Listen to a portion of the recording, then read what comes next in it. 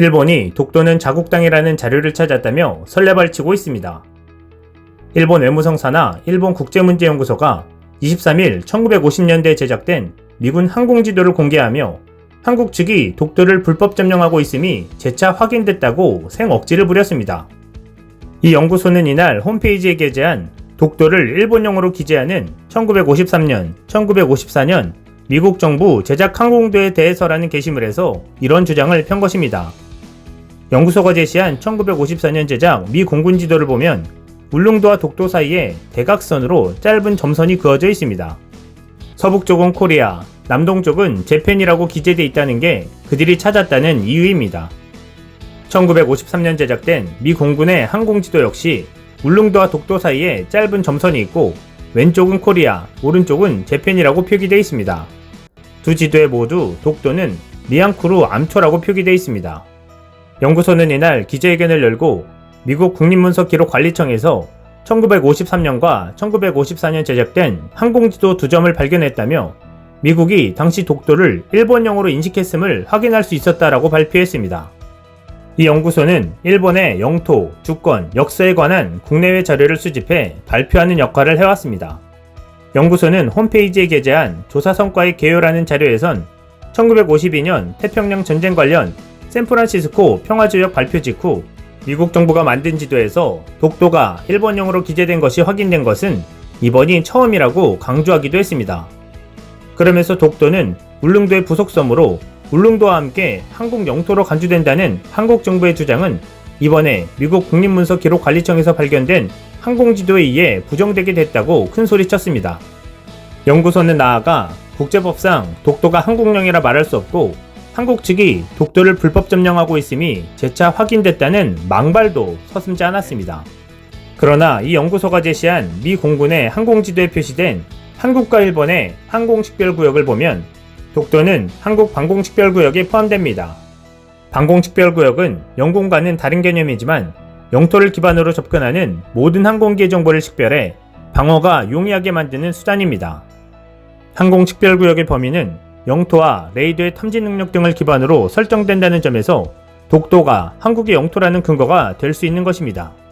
일본 국제문제연구소는 한국 정부의 일부 관계자 및 한국 측 연구자는 독도가 한국 측 방공식별권에 들어가 독도는 한국령으로 승인됐다고 주장하고 있다며 그러나 방공식별구역은 일반적으로 각국이 방공상의 관점에서 국내 조치로 설정하는 것으로 영공, 영토의 한계나 범위를 정하는 성격의 것은 아니다라고 반론을 폈습니다.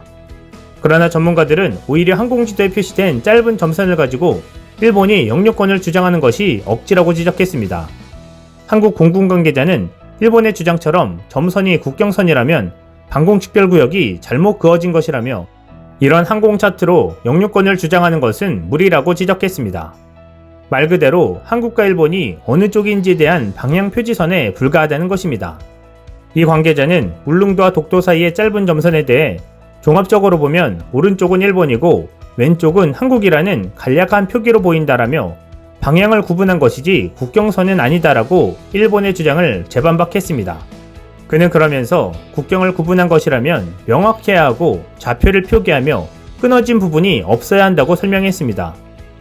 한편 세계무역기구 사무총장 선출이 막바지에 접어들면서 정부도 첫 한국인 수장을 만들기 위한 노력에 박차를 가하고 있습니다. 정부는 다소 불리했던 판세가 이제는 해볼만해졌다고 보고 유럽연합 등 주요 격전지에 외교력을 집중하고 있습니다. 현재 164개국을 상대로 진행 중인 최종 선호도 조사에서 자체 투표권이 없는 EU를 제외하면 163개국 중 82개국의 지지를 받으면 과반입니다. 오콘지 유엘라 후보는 지난 16일 언론 브리핑에서 자신을 지지하는 국가가 79개국이라고 주장한 바 있습니다. 외교부는 아프리카 43개 회원국 다수가 같은 대륙 출신인 오콘자 유엘라 후보를 지지하는 가운데 아시아에서는 심정적으로 한국을 지지하는 국가들이 많고 미주 대륙은 반반 정도로 보고 있습니다. 정부는 아직 지지 후보를 결정하지 않은 EU의 표심이 가장 중요하다고 보고 최근 공을 들이고 있습니다. EU 회원국들은 관례로 단일 집단으로 투표하기 때문에 한 후보에 27표를 몰아줄 가능성이 큽니다. 동구권의 경우 한국 기업의 현지 투자로 관계가 돈독한 국가들이지만 유럽 국가들이 과거 식민지 역사 때문에 아프리카와 특수관계인 점은 한국에 불리한 상황입니다. 미 정치 전문 매체 폴리티코는 올해 하반기 EU 순회 의장국인 독일과 EU 행정복격인 집행위원회는 이번 주 오콘조 이렐라 후보에 대한 합의가 쉽게 이뤄질 것으로 봤으나 동유럽 국가들이 반대하고 나섰다고 보도했습니다. 이에 따라 지난 21일 EU 회원국 회의에서 오콘조 이렐라 후보에 대한 지지 입장을 마무리 지을 예정이었으나 막판에 회의가 취소됐다고 5명의 외교관은 전했습니다. 유 본부장을 지지하는 국가의 외교관들은 한국이 동유럽, 중유럽 일부 지역과 긴밀한 경제적 관계를 갖고 있다는 점, 유 본부장이 더 우세한 통상 분야 경험을 갖고 있다는 점 등을 지지 이유로 들고 있습니다. 독일은 오콘조 이렐라 후보를 반대하는 국가들이 EU 회원국 다수의 입장을 따르도록 하기 위해 각국과 개별적으로 논의를 하고 있지만 난항이 예상됩니다.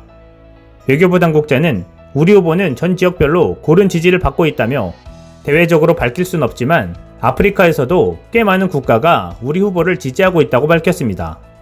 이 당국자는 우리는 1, 2라운드를 거치면서 나이지리아를 무섭게 추격하고 있는데 추월했는지 안 했는지 불확실한 상황이라며 사무총장 선출은 국제적인 정치 게임이라 당선 가능성을 예측할 수 없고 끝까지 최선을 다하는 게 중요하다고 말했습니다. WTO 사무총장은 전 회원국의 합의가 필요하기 때문에 선호도 조사에서 과반을 얻더라도 미국, 중국, EU 등 강대국의 반대가 없는 게 중요합니다. WTO는 선호도 조사를 토대로 11월 7일까지 전체 회원국 합의 도출을 시도할 것으로 알려졌습니다. 특정 후보가 압도적인 지지를 받으면 합의가 수월하지만 큰 차이가 나지 않을 경우 그 과정이 복잡하고 오래 걸릴 수 있습니다. 특히 WTO를 비롯한 국제무대 곳곳에서 대립 중인 미국과 중국이 사무총장 선출을 두고 서로 견제할 경우 더 지연될 수 있습니다. 미국은 대선 변수가 있지만 한국이 우호적입니다. 트럼프 대통령이 조금 나서준다면 전원일치 불가 시 표결에서 극적 승부를 예상해 볼 수도 있습니다. 중국은 아직 입장을 밝히지 않고 있습니다. 미국, 중국만큼 강하게 반대할 힘은 없지만 일본이 물고 늘어질 가능성도 있습니다. 일본은 물밑에서 움직이며 한국에 대한 반대 여론을 조성하는 것으로 알려졌습니다. 당초 정부는 나이지리아 후보의 국제적 명망이 높다는 점에서 힘든 싸움을 예상했기에 유명희 후보의 결선 진출이 기대 이상의 성과라는 평가도 있습니다. 외교부는 코로나19 대응으로 한국의 국제 위상이 높아진 가운데 그동안 한국 기업의 현지 투자 등을 통해 여러 국가와 긴밀한 양자관계를 형성한 것을 선전 원인으로 분석하고 있습니다. 또 코로나19 방역 물품의 적극 지원이 표심에 긍정적인 영향을 미쳤을 것으로 보이며 다른 국제기구 선거와 연계해 상대를 설득하는 노력도 기울인 것으로 알려졌습니다. 외교부는 지지 요청에 따른 반대급부에 대해 지금까지는 그렇게 엄청난 비용을 투입한 것은 아니다라는 입장입니다.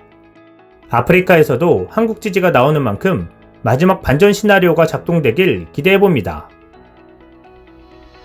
이상 CNTV였습니다.